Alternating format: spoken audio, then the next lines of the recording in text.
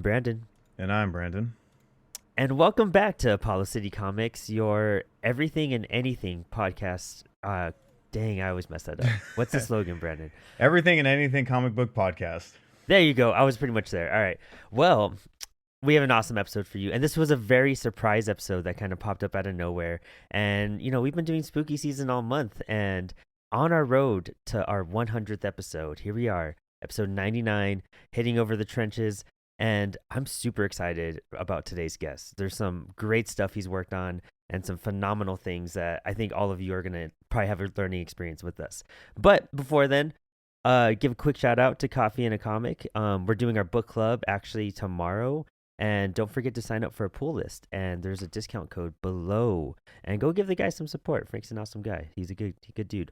And also, Lesser Known Comics is finishing up their Kickstarter right now. They only have a few days left, and they're just shy of their goal. So whatever you guys can to support them, we have a link below for you guys to check out. But other than that, Brandon, who do we got on today? Our special guest for the day is Frank Forte, an accomplished designer, storyboard artist, and comic book artist. He spends his spare time with paints, and Frank is influenced by classic cartoons and comic books. And on top of that, Frank is a publisher at Asylum Press. Some of the TV credits would be Lovecraft Country, Solar Opposites, Lego Guardians of the Galaxy, which honestly I didn't even know existed, Heavy Metal Magazine, Bob's Burgers, and many more. Welcome to the show, Frank. Hey guys, thanks for having me. Dude, thanks for being here. Thanks for reaching out. We get so many cool connections through Instagram, and I love seeing people network through there and kind of grow the community. And you have a Kickstarter going on. It's wrapping up, just has a few days left, and you've already reached your goal, which is phenomenal because it's a pretty big goal in general with a list of names. Tell us about the Kickstarter. Tell us about Asylum Press. Yeah, cool. So, Asylum Press. I mean, I work, my day job is a storyboard artist, and that's probably, that's all those credits. Like I've worked in animation, I've worked on Bob's Burgers, Solar Opposites, I've worked in live action, I work in movies, I work in, commercial storyboards. But, I've always loved comics, and I've been doing comics since the 90s. I was part of the black and white boom with Cry for Dawn, Anubis Press, and Faust, and Tim Vigil, and all that black and white stuff from the early 90s. I was kind of part of that, but then I kind of dropped out. It was really hard to make money as an independent comic book creator. Worked in animation in Connecticut for a while, then moved out to LA in the early 2000s to try to make it as a storyboard guy, because I heard there was a lot of work out there. You could get a union gig, and that's pretty much what I've been doing ever since. But, COVID kind of brought me back to drawing comics. I had some time off from work, and, I started running Kickstarters. So I've done 2 Kickstarters earlier this year. I finished off my Billy Boy. I did a Vampire Versus sketchbook, and then I did a Warlash comic. And so this is my 3rd one this year, and it's live now. It's called Halloween Horror Box. And we're trying to kickstart 5 different original horror anthologies. We have Vampire Macabre, which is like a vampire anthology, Zombie Terrors, which is a zombie anthology, Asylum of Horrors, which is more like a psychological horror type anthology, Eek, which is by Jason Paulos, and that's kind of a vintage black and white retro anthology, and Vampires #1, which is by Steve Baines, who worked for IDW, did haunted horror, zombies, all those vintage collections of the pre-code horror stuff. Yeah. So this is a 32-page book of pre-code vampire horror tales. And the cool thing about Vampires is we got Skinner. I don't know if you know Skinner's artwork. We have him doing a variant cover, and it's also available in a metal cover. And so these comics have already been listed in previews. They're shipping to comic stores, but Kickstarter gives people an opportunity to buy like variant covers. We have not safe for work covers, naughty covers, metal covers. So we have all these cool these variants that I know Kickstarter backers really like. So Halloween Horror Box, it ends Halloween October 31st at midnight. So that's when we end. But yeah, we did a modest goal of 3,000. I think we were up at 6,000, and we got booted back down below 6. Wow. It was up to 62, then it went to 57. I don't know. People were pledging and then taking back their pledges. Now we're back up past 6,000, I think.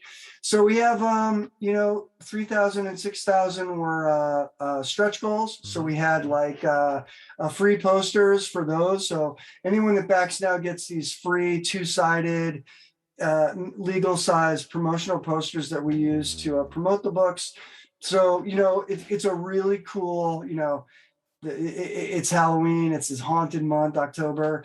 So it's a great time to check it out. We've got a lot of extras, and, you can buy a lot of the Asylum Press back stock or add-ons like Insidious Tales, Vampire Verses, Asylum of Horrors, the Satan's Powder Room. Like a lot of the books we did in the early 2000s and even the 90s, we used to have limited copies left. We have those as add-ons. Oh, wow. Nice. Okay, so you have an arsenal of stuff. I was Oh, looking yeah. through the rewards today, and I already know which one I'm going to pledge. I think it's one of like the $30, $35 tiers, because there's a whole batch of cool stuff you get with it. And Cool, yeah. that variety you have for this is, I don't know, it's perfect. You're right. The timing, the Halloween like horror stuff, which, I mean, if you guys are listening to this as this episode comes out, you only have a few days left to pledge to get these. If not, contact your comic book shop if it's in previews, and that way you guys could get a copy of it. It sounds like now everyone that's working on this book, are they just connections you've known over the years? Are these just like projects that have just kind of been on the wayside? Yeah, pretty much. Like some of the stories I've had for a while, but like Dwayne Harris, I've worked with him at Heavy Metal for years when I was an editor over there. Ali Fell did covers for us, and he did the cover to Heavy Metal 271, which was the Asylum Press special, which is definitely was a favorite of Heavy Metal fans because of the content that was in there. So I got him on the cover of that issue. Skinner, who I've known since we met at what's that indie convention that was in San Francisco every year that was part of WonderCon and Comic-Con. I forget, they sold it. Now it's defunct, but we met up at a San Francisco con. We've been friends. Jason Paulos, we published, an e-compendium. Idu Mena and Mora Mike, and these are some new guys I've been working with. But yeah, just guys like I've collaborated with Heavy Metal over the years, and some new people that I haven't worked with yet. So it's a really Timothy E. Bacon, like I worked with him, and he was in a couple issues of Heavy Metal. He did some stories. Brian Quinn did a story. So yeah, we have a lot of some new people, some old, but it's a really cool collection. And I know it's like when you get there, it's a lot of books and 5 different titles. Yeah. Normally Kickstarter is one title with like 5 covers. Here we have 5 titles, and each title maybe has like 3 covers. So it's a lot of stuff, but I figured, hey, it's like an experiment. Can we do a Kickstarter and launch like 5 different titles at once and make it work? It's a lot of people don't do that. They do one at a time, but being a publisher, if we did one book at a time, this would probably take us 6 months or more to do it one at a time. So we're just trying to do it together, and maybe people could get used to, hey, if we go to an Asylum Press Kickstarter, we get 5 books, we help launch 5 books at once, and we get a lot of cool stuff with it. So it's not the usual Kickstarter you would see, but I think you get a lot of value for what you can pledge. And with the add-ons, you can buy a lot of back stock and books. There's digital rewards. We're going to have, other stretch goals will be signed prints. We might throw some stickers in there. So it's definitely a cool, if you're into horror and you're into anthologies and you're into, not safe for work, naughty covers, if you're a fan of Lady Death stuff, there's definitely a lot of cool stuff there. Yeah, that's what I love the most about it. And you're right, we don't see that too often. I think lesser known comics, this other small publisher we hang out with and whatnot, they do something very similar with the anthology aspect and multiple books. And you guys are very unique in the game of offering so much content to pledgers, because every time you get it, it's like maybe your next tier you'll unlock one more book, and then the 3rd tier you'll unlock one more book, but it's never a whole variety for the price you guys are giving it at. And I mean, that's just awesome. And then there's also, like, if you want to, just so people know, if you want to, you can pledge to a tier, but then you can also kind of piecemeal it together. Like every book is also available as an add-on. So if you want to save on shipping, you could be like, hey, I want this tier, but I also want this book, and this book, because there are so many books. How could you, there would be so many different tiers of so many books. It was hard to like figure it out. So I'm just like, here's a bunch of cool tiers. And then you know what? If you want to piece it together, everything's available as an add-on. So there's nothing's limited. And if you don't see something, you can always message me. And then there's like one tier, like for $450, you get everything, and that's like you save $50, but you get like all the books, all the variants, and all the sketch covers. So it's you could get everything, you could get one thing. Like the lowest thing is like $5. You could get one book. Or you can get everything for $450, so there's just a lot of stuff, a lot of choices. Yeah, I was noticing that when I was kind of putting together my little selection, that the add-ons are like $5 each. Like it's really not a big addition for the bang you're getting out of that. How many pages is each book? They're all will be 32, Cool. but a lot of them. The reason they're only $5 is we're going to do offset. Like we're going to do print runs of like 3,000, maybe 4,000 for some of them. So when you print that many, you can do them for like $5 because that's what they have to be in a comic store. You can't really. I know most Kickstarter comics, a 32-page book is like $10, 15, 20. And then when you're doing print on demand, you have to charge that because each book costs you like $5 to print. Yeah. And I get it. When you're printing like 100 books, you have to charge more. But we do higher print runs so we can charge less, which I thought would get more people bidding. But, like you look at some of these campaigns, some of these recent campaigns, they're doing like 30, 40, 50,000, 100,000 for some of these. And like Lady Death, I think they're up over 200. They might be at 300,000. So we feel like we have a similar type book. If you're into bad girl books, horror books, anthologies, but yeah, for some reason our growth is slow. Like we struggle to do like we're halfway through and we're at 6,000. Yeah. Like I feel like we could be doing, at least 15 or 20, but it's just hard to get the word out. I think there's a lot of noise, there's a lot of Kickstarters, there's a lot of content, so if you look through the books and you look at the quality of the interiors, I think you get a big bang for your buck for a Halloween horror box for sure. Yeah, I totally agree with that. That's interesting though. I had never actually done the like really checked out the amount some of these other people were making on that. But how long has Asylum Press been about?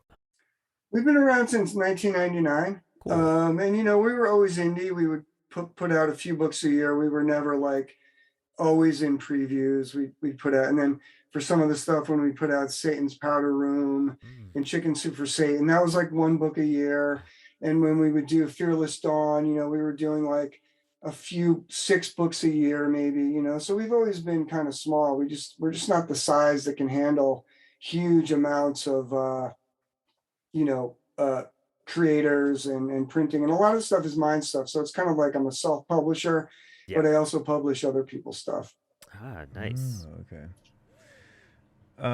So I kind of just have a very simple, straightforward question. With that said, so this is one of those genres, I'll be honest, I'm not too like knowledgeable on when it comes to comic books. Horror is one of those things I've definitely dabbled into it, and it's definitely something I've always been interested in, but I've never really found the proper book to kind of like really grasp me as a reader.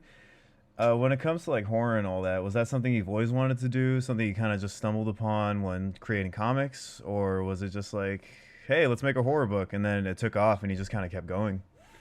Yeah, I think my first comic that I ever published was From Beyond, which was like in 91, and that was a horror anthology. So like I grew up reading Marvel, DC, like that's what I started with. And then when I found like Tales from the Crypt and eerie and creepy, I just gravitated to it. I really liked the short story.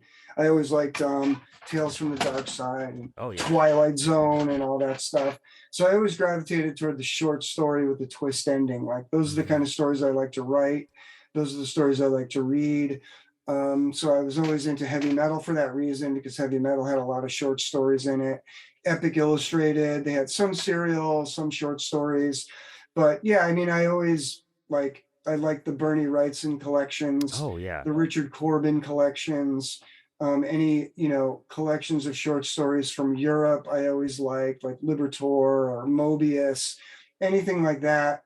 I just like, maybe I had a short attention span or something. I don't know, but I always liked shorter stuff. But I liked the Kelly Jones run on Batman, Mm-hmm. and I liked Hellboy. I always read Hellboy, and I liked Steve Niles stuff. So anything that had a horror, Yeah. sensibility in the '90s, I was reading. I kind of dropped out of superheroes in the '90s. A lot of people grew up on that stuff. I still read a lot of the bad girl stuff, like Try for Dawn and Lady Death and all that, but Nice.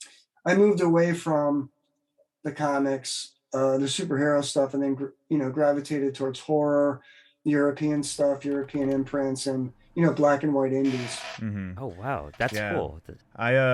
It's funny you mentioned Kelly Jones because I could see the influence. I'm pretty sure that's the big influence on vampires, like the main cover, the one with the cross. Yeah, that's Skinner. I would say, yeah, Skinner likes a lot of vintage stuff. Like, he likes a lot of retro horror, Bernie Wrightson, Tim Vigil, and all that stuff. So sure, I'm sure he's a fan of Kelly Jones and all those guys that use brush and ink technique. Yeah, and Skinner, he just had a really successful Kickstarter. If you guys look up Skin Crawl, pretty soon they're going to be launching Skin Crawl 2, and that's a horror anthology where he does all the artwork. I think he works with another layout guy, but he does all the artwork in this very vintage brush horror style. So if you look up Skin Crawl, it's definitely a cool book. But he wanted to do a cover for vampires because he likes vintage stuff, vintage horror stuff. So I think it's definitely a great matchup of Skinner being on the cover of vampires, and if you guys like vintage horror, I can't describe it. It's like a vampire. He's got blood coming out of his eyes, and there's a crucifix being put in his face, and he's just being crucified to death. It's like a death of a vampire, and it's just in Skinner's psychedelic, mind-blowing colors, in your face style. It's really cool, and we're gonna have a metal version too. And if you guys have ever seen metal covers, the colors really just jump out at you. And then I'm just curious about one of the variants. So what caught my attention is one of the vampires variants. Is that a Misfits double lock I'm seeing, or am I wrong? Which one? It's Vampires #1. Yeah, if you're looking at the Kickstarter page, it's the second row, last one on the right. Let me get there. Sorry, I should have prepared. Probably copy and paste. Oh, here I could see. Have you? So it's which we're going down again, you guys. Halloween Horror Box on Kickstarter right now. So Vampires #1, one of the variant covers. Which one is it? That would be you get the screen share. Yeah, that would be the one with John Solardo or Frank Forte cover. I can't see that. Let me see. It's the one with the lady in the dress with the vampire kind of coming at her. Okay, yeah, that was the one I did. Oh, sweet. So what was the question? Maybe it's just me overthinking it, but it just kind of looked like it was a homage to Misfits with the double lock hair. I was just curious. Oh, right. No, I don't know if I was thinking about the Misfits with that. It was just I was looking at a lot of old vintage horror covers from the 50s and even into the 60s, although it is pre-code, so it's pre-54 stories inside. But, I was looking at all sorts of stuff, but influenced by 50s and 60s, horror stuff. But it reminds you of Misfits cover. That's cool though. I like the Misfits. Yeah, well, Misfits were influenced by the same stuff. I mean, that's all they love is old B movie horror 50s flicks. stuff. Yeah. Sure. Cool. No, that's awesome. I do love these variants and all the covers. They're pretty crazy and they pop out. Now that we're talking about horror, the one question that I've always wanted to ask someone that writes horror comics that I feel like I've never met anyone really until now is, I guess how do you make a comic book scary? I know that seems like a very vague question, but to me, it's one thing to watch a scary movie, but when you're reading like a horror comic, something that's supposed to be creepy or kind of scary, maybe I don't know how you'd be able to describe the writing process behind something like that. I know, right? If you don't have the music or the jump scares to Mm-hmm. go with it, how do you make it super creepy? I think a lot of it is, the drawings. You really need a good artist that is good with horror. And there's a lot of artists that we use that they're just good horror guys, like I don't know if a 90s Marvel superhero artist would have the same effect as like a Kelly Jones or a Bernie Wrightson or a Tim Vigil drawing horror. So I think the art choice has a lot to do with it. I think the colors have a lot to do with it too, because if you look at people like Ben Temple Smith or Ashley Wood, or you know, uh, there's a lot of colors that just color in really dark, muted hues. That works. Not to mean that, like, not to say that something that's like psychedelic and in your face can't work too if the art is right. Um, and with short stories, we always felt that for the twist, how do you hide a twist? Well, it's always got to be on a flip page, right? It's always got to be on an even numbered page, like Yep. a 1-2 page or a 3-4 page. There's got to be some build up to the flip. If you have the flip right there on the facing page, you, as a reader, you're going to go to and go, oh, that's the twist. Yep. So one thing, a little trick that we've always used is just having a splash page flip, right? So you flip to a splash page and there's some gore or horror or something right in your face. So we've always tried to do that to give you a little, like, that's your jump scare. And then just maybe, tell people to read it alone in the dark at night would be helpful. But, just creating really dark and twisted characters, I think graphic novels could be, very disturbing. I think a lot of people were really disturbed and drawn in by The Walking Dead, and that's just Kirkman's, ability to craft interesting characters and really horrific events. I know Yeah. people that were reading Walking Dead and go, "Oh my God, that's just the most depressing thing I ever read," or "That was Yeah. the Yeah. most shocking thing I've ever read," or people just couldn't stop reading it. Mm-hmm. Yeah. So you That. can do it. I think it's a matter of reading, looking at Steve Niles and looking at Kirkman and looking at Cullen Bunn and other people that are doing really good stuff, and, Mm-hmm. use them as an influence, and go back and, read that old House of Mystery stuff that Len Oh yeah. Wein and Bernie Wrightson would do. Those guys came up with some real creepy stuff. That Swamp Thing stuff that stuff is still creepy. Mm-hmm. Oh yeah, That totally. that's awesome you bring that up because Bernie Wrightson is one of my favorite illustrators ever. Like his horror Oh, stuff. he's great. Oh yeah. Yeah, his horror stuff is what like really got me into that universe. And I read some of his horror comics before I even got into Swamp Thing.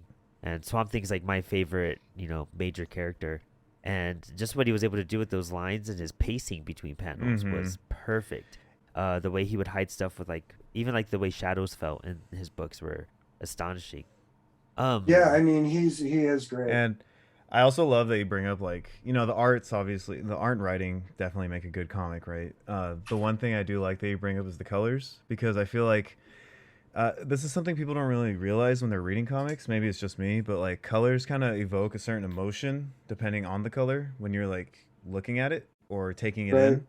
So I think when it comes to horror and fear and feeling and being creepy, the type of color you use can definitely evoke those emotions without you Oh, even it definitely realizing it. could. Yeah, and I think that's something very important that most people don't even realize is happening when they're looking at a book, let alone a horror book. so heavy metal is one of also like kind of what kickstarted like our interest to like really like push this conversation and Oh, everything and cool. initiate it. How long were you with heavy metal? How'd you get involved with them? Like that's one of my top like submissions that I want to get into and whatnot. Yeah, right. Yeah. I guess like I started submitting to heavy metal probably late 90s, and I would get rejected a lot. And then I kept submitting, and I would talk to Kevin Eastman at conventions, and he knew who I was and stuff, and I would just keep submitting and submitting. And eventually I got a story. I think it was either Detox or Battlefield X. I can't remember which was first, around 2008. And that got in. And I was like, great. I was so psyched to be in heavy metal. And then I kept submitting, and it kept, I think Detox, 2 episodes of that got in. And I just kept getting little short stories in. Nice. So Kevin was aware of me. He was aware of Asylum Press. And we'd see each other at Comic-Con. And one day he was like, hey, why don't you edit an issue of Heavy Metal? I'm like, edit an issue? I'm like, what do you mean? He's like, yeah, you just take over the editorial, you pick all the stories for the issue. You do whatever you want. I was like, really? I was like, wow, it was like a dream come true. I was so psyched. So I knew that, I had a lot of Asylum Press short stories. So some of it was stuff that I already published, half of it was like new stuff, and I got some foreign guys, and I really made Heavy Metal 271 be like a vintage heavy metal comic that I would read in the 70s, right? Like some American guys, some foreign guys, short stories, some science fiction, some horror, some black and white, just like a good mix. And that's what I did, and it was a fan favorite. Everybody really loved the issue. And then after I did that, he let me edit 277. And between 271 and 277, I started bringing in more people, and I kind of became like one of the assistant editors. And then when Jeff Krulitz and Grant Morrison took over, I was one of the assistant editors, content editors from 280 up until, beyond 300. And I just recently stepped away just because I had personal stuff that I wanted to do. And Matt Medney and David Irwin, they took over. They were new owners, and, they have their own thing that they were doing, which is really cool. I just didn't have time for it anymore. I felt like I did a lot with it, and I was there for issue 300, and I got, that Mobius story into 300, and I got Duke Mighton into 300, and, Blake Northcott. I curated a lot of the short stories in that issue. Nice. But it was great to work with Tim Seeley. Tim Seeley was there for a while, and Joe Illidge and R.G. Lorena. So it was a good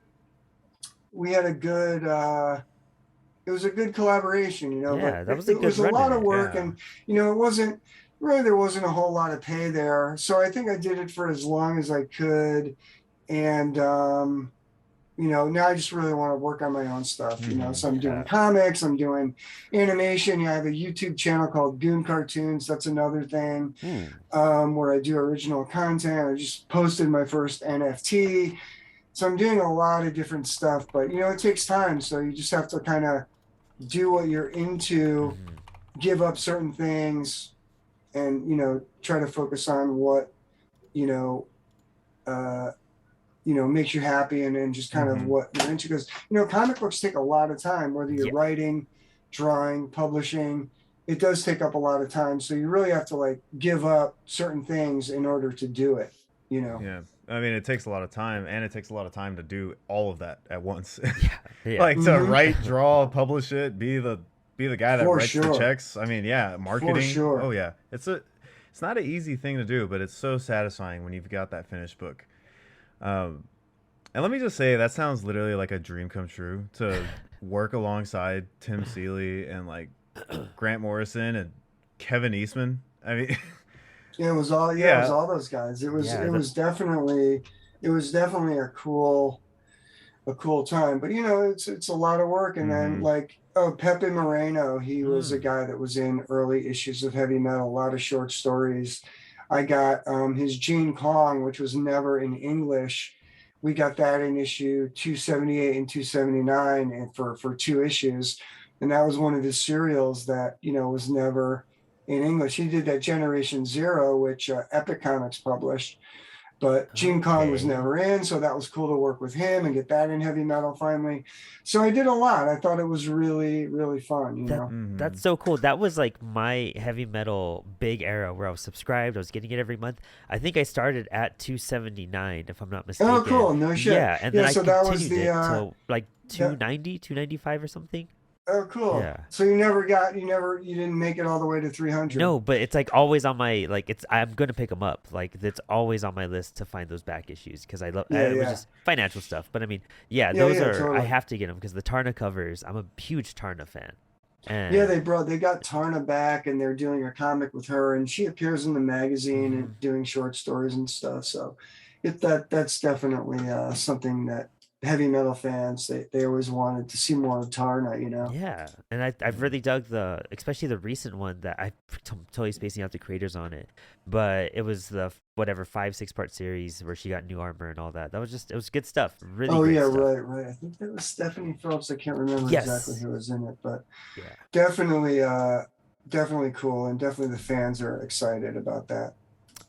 And before we get to NFTs, so your short story aspect that you're so attracted to, how do you like really approach long form, or do you just love having a variety, your deck of cards of you can do kind of anything but real?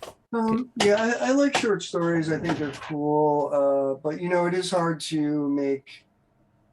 It's hard to have a company that just does anthologies. So Mhm. I do have like Warlash is a character that I'm doing some longer form stuff, and I've got a bunch of new characters that I created that I'm trying to finish off the stories.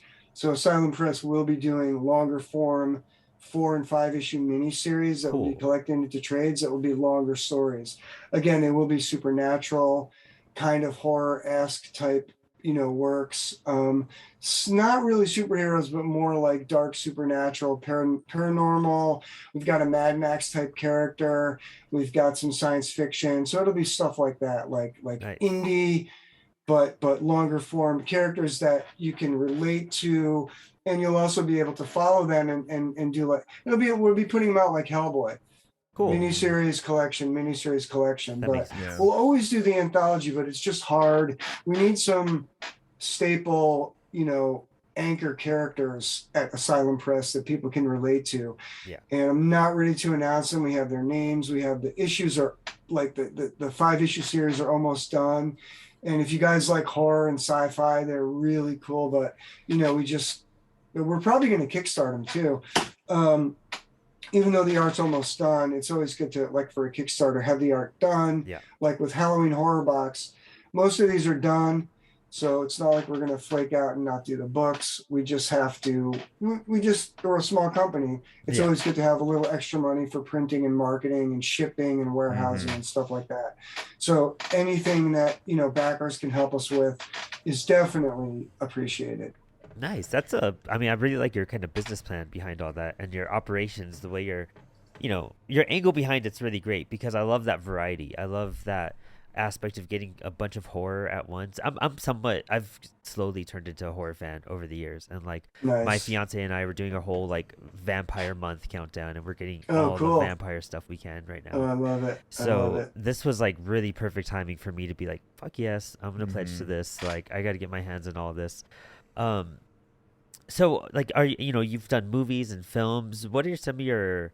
I mean, you did Lovecraft Country. What Yeah. did you do Yeah, there? I Lovecraft Country was fucking love cool. I mean, that. I was still one of 3 storyboard guys Oh on my that, and gosh. all the effect scenes when you're working in live action, all of the visual effect scenes need to be storyboarded. So the creatures, any death scenes, any transformations, anything that has a ghost or blood or anything like that, they need to storyboard it so that they can send it out to visual effects for Hmm. bids, just so they know how much it's going to cost. So, that's what we did. I think there's some samples on my website. If you go to, my storyboard website is frankfortestoryboards.com, Hmm.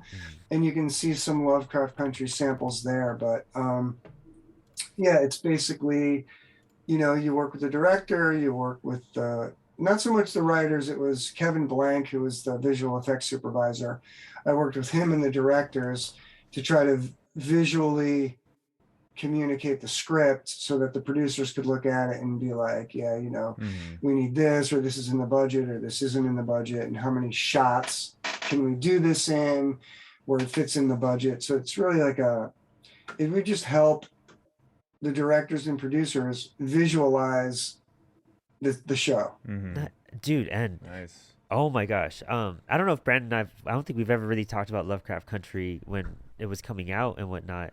But I mean, I was addicted to that show, and Right, right. I've Yeah, a seen lot it. of people really loved it. The transformations you're mentioning, like, um, man, even that first scene in the first episode with Cthulhu coming out, when Ruby kind of transforms and all the blood and guts are peeling off of her, from the Yeah, former right, human. right. I think me and Josh Shepard storyboarded some of that. Like there was a couple of transformations. I think I did some and he did some, so that was kind of fun. Anything I could draw blood and gore is always fun. And that all I'm makes always sense now. enjoying Like, myself. now knowing your background, I'm gonna rewatch that and just see what I could point Keep that in out mind. from like that 50s like Yeah. EC Comics type of horror, because that's what really pulled me in, was that just it was gory as hell. Like, Yeah, right. Like yeah, the scene in I think episode 2 where they did the ritual in the house.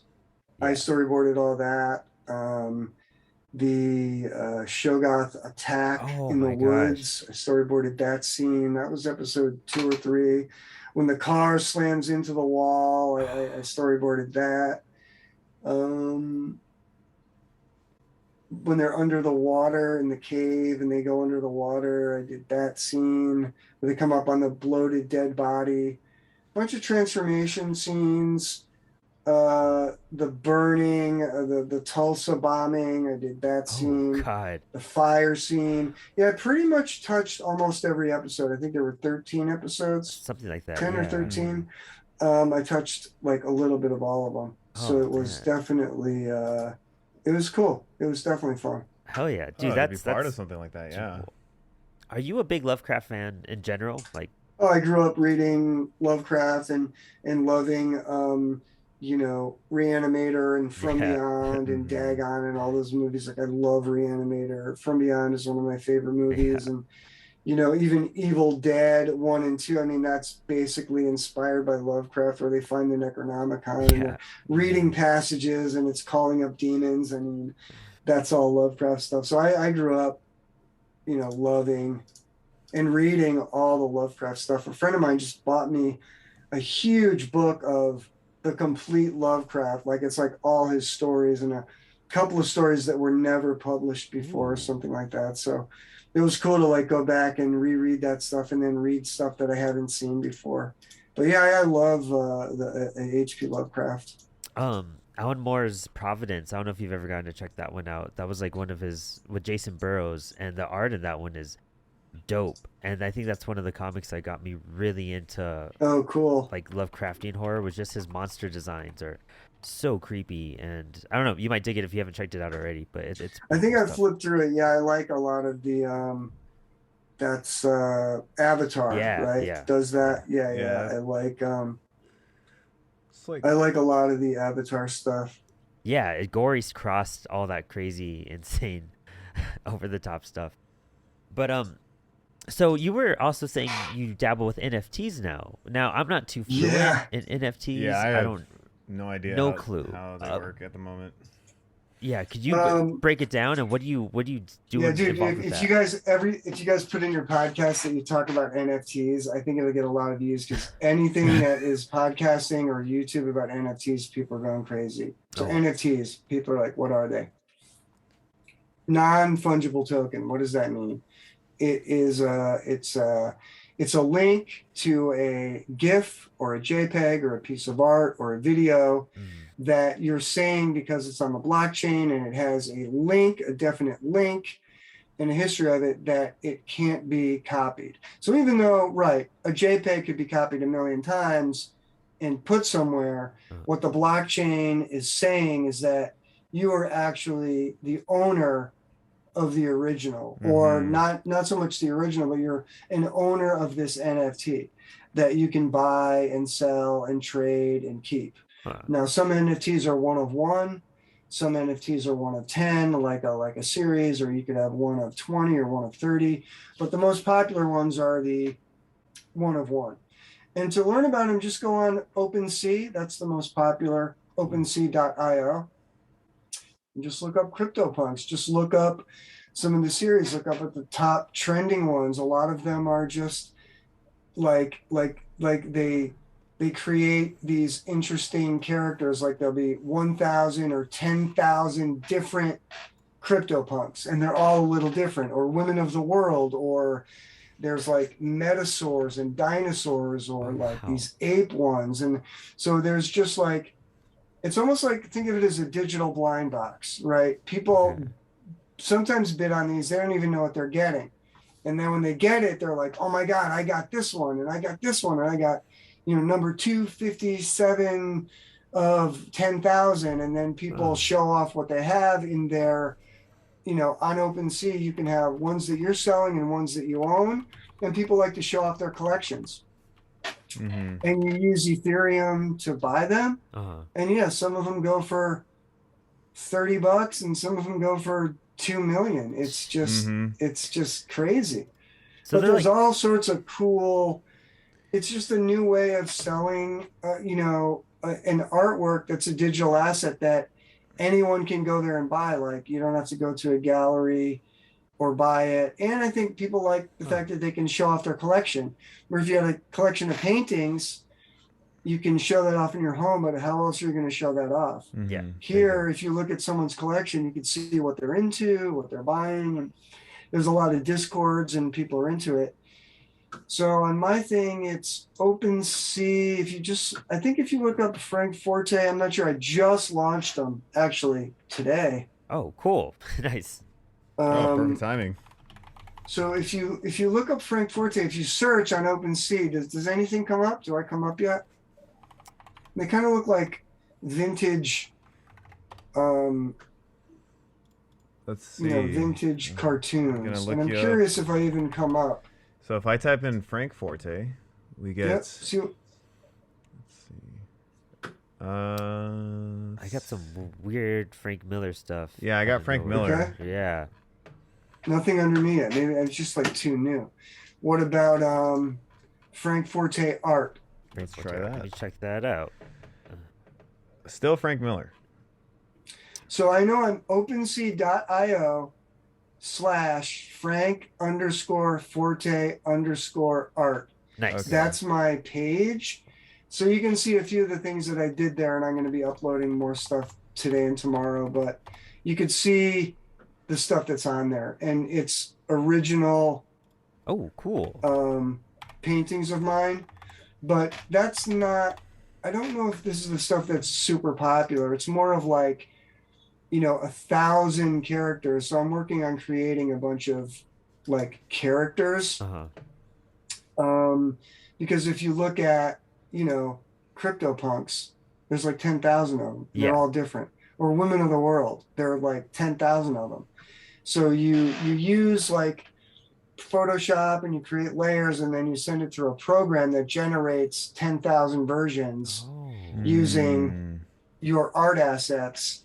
And that's what kind of people are into, and they use the Discord to buy and trade them. It's like a digital blind box. Yeah. That's so cool. That's real interesting. It's... What a sci-fi thing to emerge. You know what I mean? Like that is the most futuristic, like out of this world digital stuff. Goods, basically. Yeah. It's crazy how they, I've had friends like talk about them, and I had a general idea of what they were. They're kind of like, you have the rights and ownership of like some digital art form, basically. Kind of right. And it's crazy how it like influences things. Like for instance, this is the most crazy obscure example, but you can't watch the Charlie Bit My Finger video on YouTube anymore. That famous video with like the Charlie Bit Me line. Oh really? Yeah, it's an NFT now, and someone bought it, and it got taken down YouTube because of that. It's crazy. That is hilarious. Well, I don't when you buy an NFT, I don't think you transfer the rights. So whoever owns that video still owns the rights to it, whoever filmed it. Okay. Okay. But right, early video memes like Nyan Cat and early stuff are popular. Like that's kind of a meme that, or a video, or it's probably that dancing baby from the late 90s is probably an NFT. I don't know why it was taken down off YouTube, but it's interesting. I saw an article talking about the original. I could be wrong, right? I read the article randomly one time. I could be completely off, but like from what I read, it said something like it was going to be up to a certain date and then it was going to get taken down. But like I said, maybe my information is a bit off, you know, like But that Yeah, would I make don't know. sense. Yeah. Yeah, right. Do people want to just show that on OpenSea, or I don't know Right. where it's located, or how you you know. Oh yeah, I found the article right here. Charlie Bit My Finger is leaving YouTube after 760,999 NFT sale. Wow. Whoa. And that article Oh, is from New York Times. So I don't know. Like maybe their information's off, but I'm just saying like NFTs are Dude, taking off that's like crazy. yeah. That's like the new crypto like currency like boom that's probably going on right now. Well, would Asylum Press ever dabble into stuff like this in the future, like as to raise funds for yeah, things or Asylum Press. I think Asylum Press would have its own OpenSea account for sure. I think we nice? need to start doing that. Hmm. But for now, like literally just today, October 19th, 2021, I just launched my personal art NFTs. Oh, So okay. after that, now that I figured out how to do it, and it's a little complicated, like you got to be like, you need to buy Ethereum. So how do you buy Ethereum? Well, the first thing you need is like a Coinbase account or something like that. Mhm. Then how do you get to buy, you know, on OpenSea? Well, you need a wallet. So you need a Coinbase wallet or MetaMask. A lot of people use MetaMask. So you Ooh. have to transfer money to Coinbase, then buy Ethereum, then transfer Ethereum to your wallet, and through your wallet you buy on OpenSea. Oh It's a little wow. complicated, and I was like, my head was spinning. Like, but once you do it a few times, you watch a few videos, you Get the check it groove out, and all that. Hmm. Yeah. Just get down the kind routine. of figure it out. And Coinbase is where you can buy Bitcoin and Solana and other digital currencies, and that's what people do if they just want to buy currencies. Mhm. But if you want to buy digital goods, you could do it on OpenSea, and there's a lot of other marketplaces opening up, like Rarible and something X it's called. So there's other marketplaces that are opening up. So I don't know. I just think it's kind of interesting, and I think people are Ethereum rich, right? Like when you see something going for like Ethereum is now up. One Ethereum is like over 3,000, and That's insane. when people sell something for like 10 Ethereum, you're like, holy shit! But I think they just made a lot of money on Ethereum, and they got all this Ethereum, and they don't want to bring it back to cash because they think, they'll get taxed on it. Mhm. So they just keep investing in more Ethereum and digital goods, and they want to keep, like, I don't know, it just Hmm. seeing where it goes. It's so new, it's crazy. Do you Yeah, that it's interesting. So with how like the comic book market works, they print a certain amount of physical copies and then, you buy it at the shop and then, if you want an old back issue, you kind of have to go through eBay and kind of bidding and all that. Can you see NFTs kind of being the future for digital comics in that same sense where they create a digital comic and there's only like maybe 20,000 available. So then after all those have been bought, the only way you can get one is kind of like the same process getting a physical book. You kind of Yeah, have to like, you know, bid for I one don't know. digitally. It's a good question. I don't know. I don't know. Like right now in NFT, it's usually just one image. Mm-hmm. mhm. It's either one JPEG, or now you can unlock stuff. Like you can buy it and then unlock something, and an unlockable item can be like a link to a comic. Oh. So you can Ah. do that. But yeah, like right now you can't upload a PDF. But I think these other sites eventually you're gonna be able to do that. Like you sell Mm-hmm. a PDF, of 10,000. Uh-huh. But right now the hot items are the one of one, like the unique items. Yeah. Yeah. So I don't know if somebody will want to buy something one of,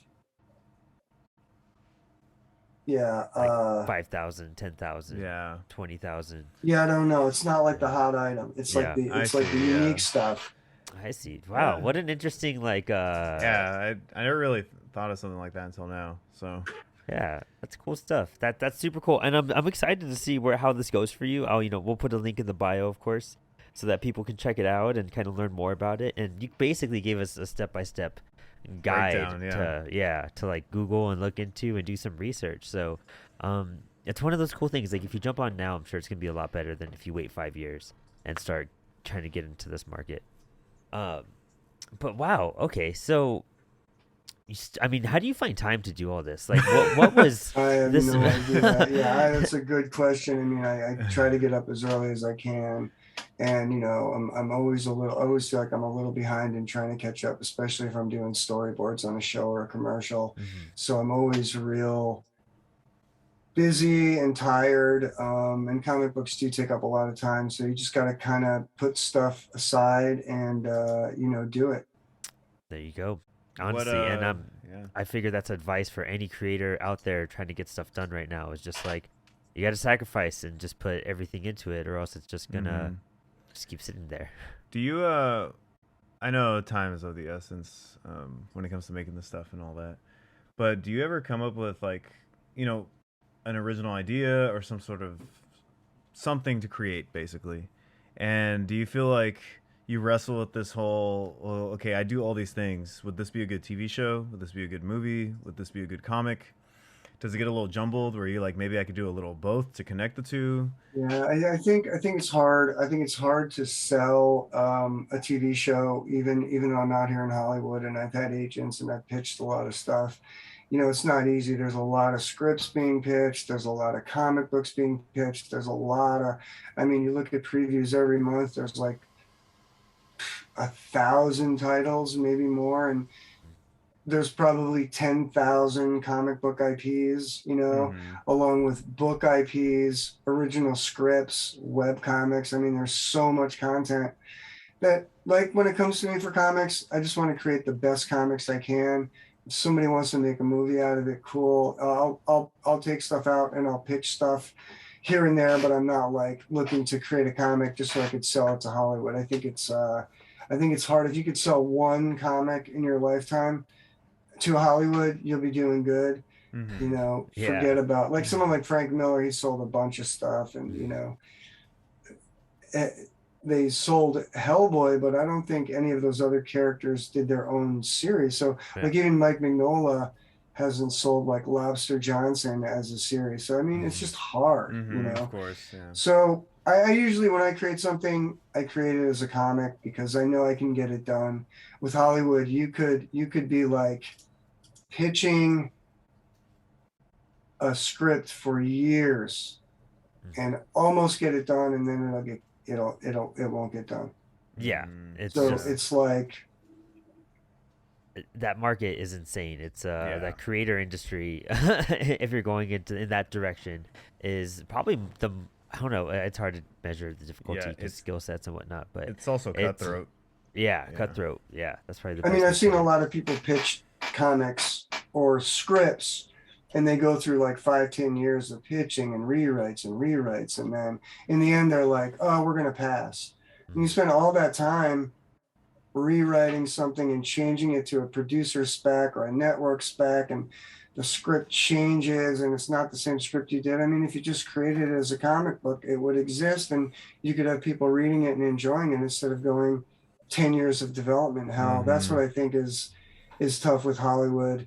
you know and any comic book or script will get changed to meet the standards of either a TV show or a feature film. It's got to be edited and put Mhm. into a screenplay format to work for a 90-minute movie or a longer series. So it's going to get changed anyway. Yeah.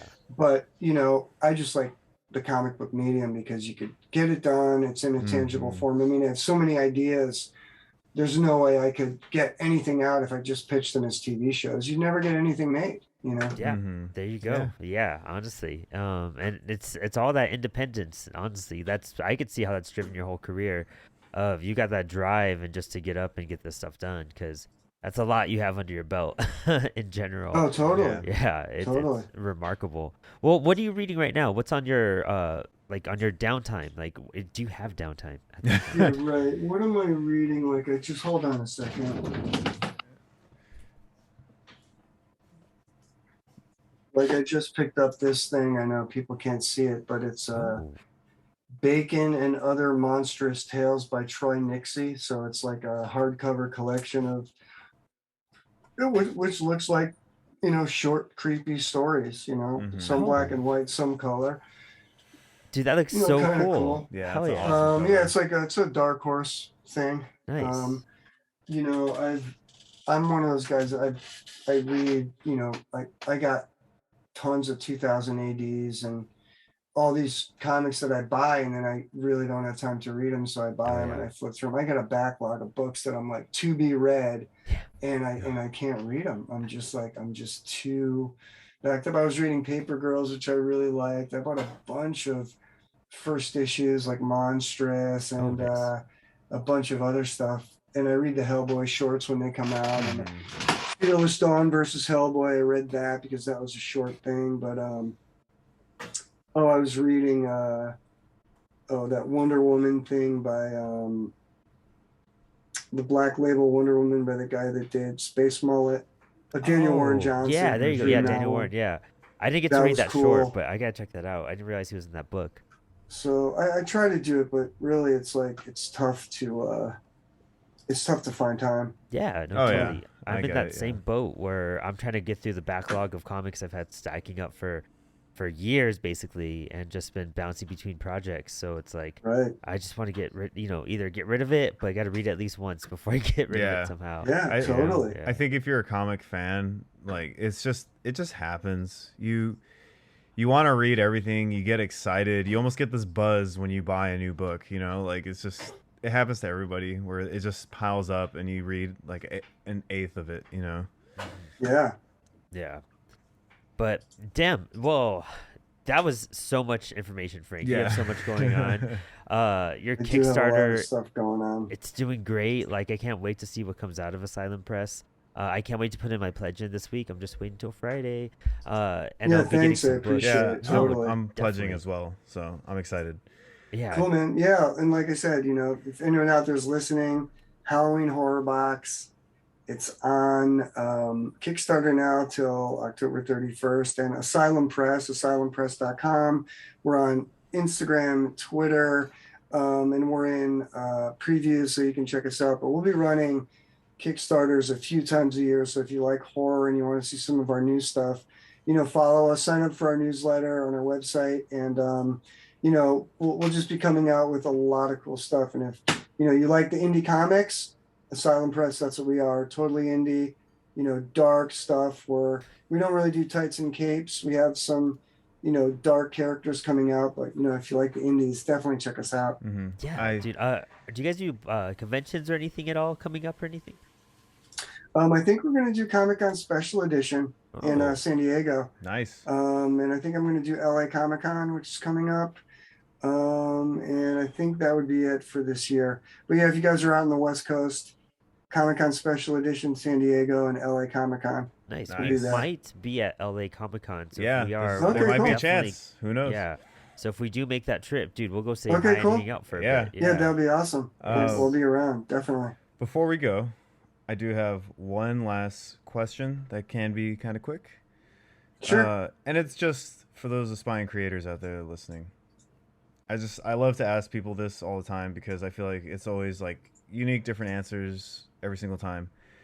But simply, being someone who's worked on an array of things, TV shows and movies, and comics, and art, it's just, given that you've worked in, different fields since the 90s, if you were able to give yourself advice, when you first started, what would you honestly tell your younger self, the very moment you decided to make this a career? If you could go back and tell yourself. Yeah, I think I jumped around a lot with different styles and I tried to do a lot of different things. I think I probably would have stuck with one style and tried to make that work instead of jumping around because I worked in haunted houses and I worked Cool. in comics, but I worked in a cartoony style and I have a realistic style. And, I kind of am one of those guys that does a little bit of everything. And I think it's important when you look at people like Peach Momoko or, Mirka Andolfo, like they do one thing, they do it really well. They're super popular, like Kelly Jones or Kyle Holtz or any of these guys.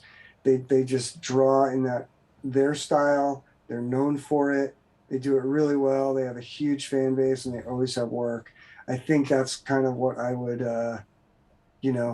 tell myself is like, stick to one thing for a while instead of jumping around. But I kind of have ADD, so I don't know. I don't know what can I say. It's just like Yeah. that's kind of what how my brain works, you know. Yeah, no, that totally makes sense. Yeah. And it's hard to kind of when you want to do so much and you can. I mean, why restrict yourself at that point? You know, like stretch into Yeah, every right. boundary. Also, before we take off, does like Asylum Press take submissions? How can people? Is it just people you network with? How are you Yeah, I looking at think that? we're always looking for artists or people that do short stories or that can deliver like a completed short story the way heavy metal would, you know. Mhm. They kind of really want short stories completed on spec. Yeah. So if it's kind of like a short story like Black Mirror or Tales from the Crypt or Tales from the Dark Side, we'll always take a look at that stuff, but we're not really taking a look at too many longer series Mhm. until we raise more money and can actually put it out. So we don't want to like put out a series where it doesn't get the marketing budget and doesn't get the numbers, where creators are like, hey, what the hell, you know, you published our book and we only sold 2,000. I mean, it's really hard to sell. Mhm. Yeah, an independent comic would only sell like 2,000 or 3,000 if we put it out, but you know, there are companies like Aftershock and Vault Yeah. that really know how to market it. They have the people, they have the clientele, and they could really get the stuff out there. Yeah. But for me, it's just I'm small. I'm a 1-2 man operation. We freelance it out. It's just harder for me to get those kind of numbers, you know. So we Understandable. really just look for like short stories at the moment. Okay, cool. Dude, that's That's awesome. awesome. I'm glad that we could tell the fans that. And I mean, again, I look forward to everything you guys are putting out. Can't wait to get those books in my hands. And, you know, hopefully we get to say hi in a couple months. Yeah. This was That'd Yeah, very, definitely. I'm Yeah, hopefully we excited can to meet. see That if would we be can do great. Yeah. Thanks. I appreciate it, guys. Cool. Thank you Yeah. so much. And check out all his links in the bio. And Frank, hope to have you on again soon. Yeah. Anytime, man. Anytime. We'll do it. When we have a new book coming out, we'll come on. Hell Yes, that'd be perfect. Well, damn.